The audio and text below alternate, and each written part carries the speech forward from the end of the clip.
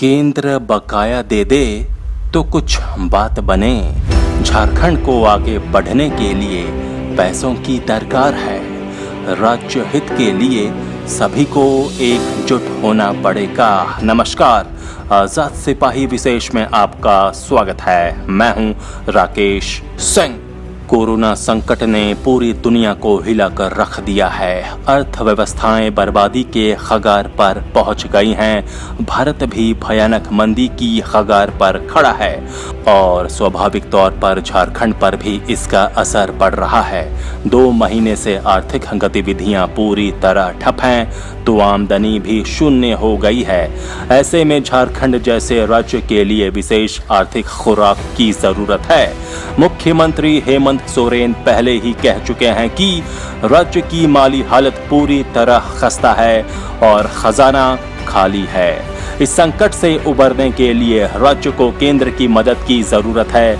ये मदद कोई विशेष पैकेज या कर्ज के रूप में नहीं, बल्कि बकाये का भुगतान कर ही हो सकता है। झारखंड को आगे बढ़ने के लिए हर हाल में इसका बकाया चाहिए, वरना हालत और गंभीर हो जाएगी।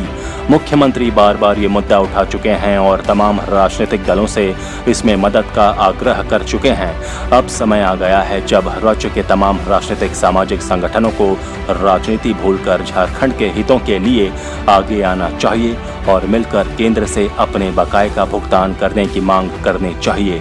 यदि झारखंड को उसका बकाये का भुगतान कर दिया जाता है तो फिर खनिज संपदा से भरपूर इस राज्य को तमाम अवरोधों के बावजूद आगे बढ़ने से कोई नहीं रोक सकता।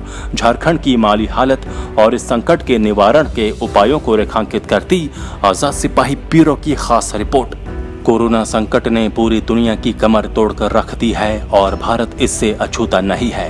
प्रधानमंत्री नरेंद्र मोदी की सरकार ने देश की अर्थव्यवस्था में जान फूंकने के लिए 20 लाख करोड़ रुपए के विशेष आर्थिक पैकेज का ऐलान किया है। लेकिन जहां तक झारखंड का सवाल है, इसके सामने संकट दूसरी तरह का है। झारखंड की आर्थिक हालत कोरोना संकट के पहले से ही बेहद खराब है। राज्य सरकार के पास पैसा नहीं है, खाली खजाने के सहारे बहुत दिनों तक काम नहीं किया जा सकता है और जून महीने से ये संकट गहराने की आशंका है। मुख्यमंत्री हेमंत सोरेन ने सत्ता संभालने के बाद से ही कह दिया था कि उन्हें विरासत में खाली खजाना मिला है और उनका पहला प्रयास इस खजाने को भरने के साथ फिजूल खर्ची पर रोक लगाने का होगा।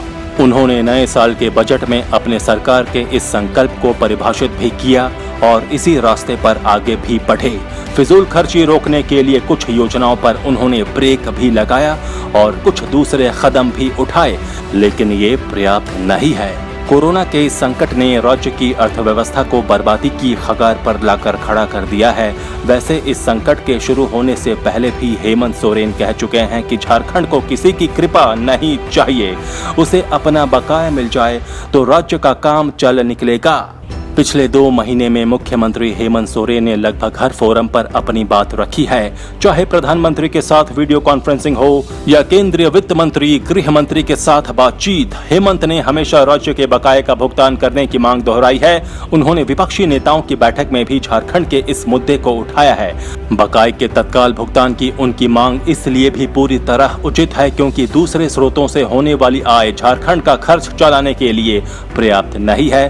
ताजा आंकड़ों के अनुसार झारखंड को केंद्र से करीब 74,000 करोड़ रुपए पाने हैं। इसमें अकेले केंद्र सरकार की कंपनियों पर ही 50,000 करोड़ रुपए बकाया है। जीएसटी और केंद्रीय करों में राज्य की हिस्सेदारी के करीब 24,000 करोड़ रुपए बकाया हैं। केंद्रीय योजनाओं में सहायता मद की रकम इससे अलग है। यदि 74,000 करोड़ रुपए झारखंड को मिल जाते हैं तो राज्य की गाड़ी पटरी पर आ जाएगी।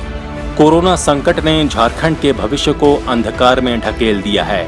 यहाँ के करीब 6.5 लाख लोग देश के दूसरे हिस्सों में काम कर रहे थे और कोरोना के कारण इनमें से 2.5 लाख लोग वापस आ चुके हैं। बाकी 4 लाख लोग भी लौटने की प्रक्रिया में हैं। ये सभी लोग काम करने वाले हैं और इन्हें लंबे समय तक बिना काम के नहीं रखा जा सकता।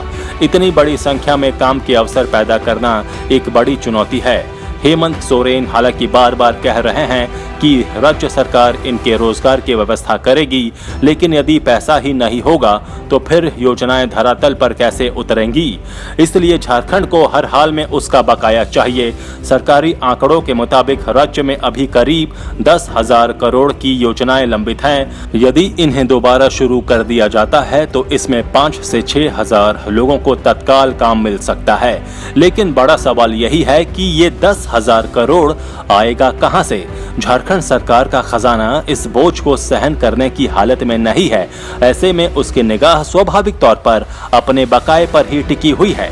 कोरोना संकट में जिस तरह राजनीति भूलकर झारखंड के सभी राजनीतिक संगठनों ने एकजुट होकर काम किया है और कर रहे हैं, अब उन्हें इस मुद्दे पर भी एकजुटता दिखानी होगी।